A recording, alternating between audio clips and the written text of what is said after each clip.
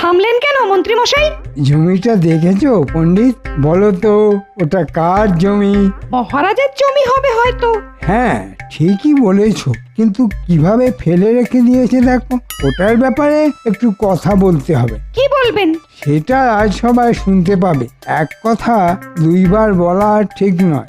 জমিটাকে বাগাতে হবে। আমি ভাবছি এই জমিটা নিয়ে মহারাজের সঙ্গে কথা বলবো। না, তোমাদের কাউকে কিছু বলতে হবে না, আমি একটা ব্যবস্থা করব। উফ, কি সাংঘাতিক লোক রে বাবা! হ্যাঁ, বিটলে বামুন অমনি জমিটার দিকে নজর পড়েছে। হ্যাঁ, মন্ত্রী মশাইয়ের মনে কি আছে কে জানে বাবা। মন্ত্রী মশাই কথার উপরে কথা বলা উচিত নয়, বড় অংশের সঙ্গে বন্ধুত্ব সম্পর্কটাই রাখা উচিত। মন্ত্রী মশাই আপনি নিশ্চিন্তে থাকুন, আমি জমি সম্পর্কে মহারাজের কাছে কিচ্ছু বলবো না। শুধু দেখবেন যদি আমারও কিছু হয়। এই তো বুদ্ধিমানের মতো কথা বলেছো। আমাকে ধরে থাকো, দেখবে তোমার হিললে হয়ে যাবে। ব্যাস ব্যাস, আমি তো আপনাকেই ধরে আছি মন্ত্রী মশাই, আর চিরকাল থাকবো। ঠিক আছে ঠিক আছে, তোমার কথা আমার মনে থাকবে। এখন চলো, আমরা এখন সবার কাজ করব।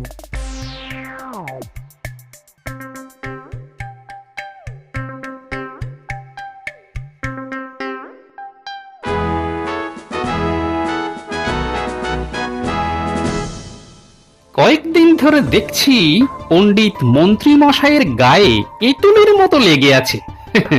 জানে না যে মন্ত্রী নিজেকে ছাড়া কাউকে ভালোবাসে না। এসো এসো মন্ত্রী। বাবা, তুমি একেবারে পণ্ডিতকে বগল দাবা করে নিয়ে চলে এসেছো। ডুগি তবলা। গোপাল, তুমি চমৎকার বলেছো।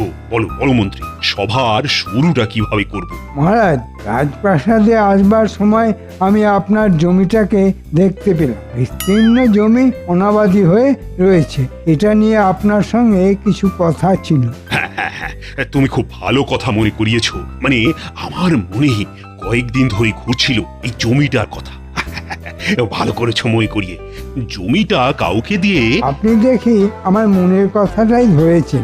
আপনি যদি কাউকে দিয়ে জমিটাকে চাষ করান, তাহলে যা উৎপন্ন হবে তার অর্ধেক জমিটা কাউকে দিয়ে। ঠিক বলেছো মন্ত্রী, কাউকে দিয়ে চাষ করাতে হবে। মানে আমি তো আছি। না না না না না, তোমার অনেক কাজ। চাষের জমি চাষ করানোর জন্য ও গোপাল আছে। গোপাল, তোমার কাজ হলো তুমি জমিটা চাষ করো। যা উস্কে গেল।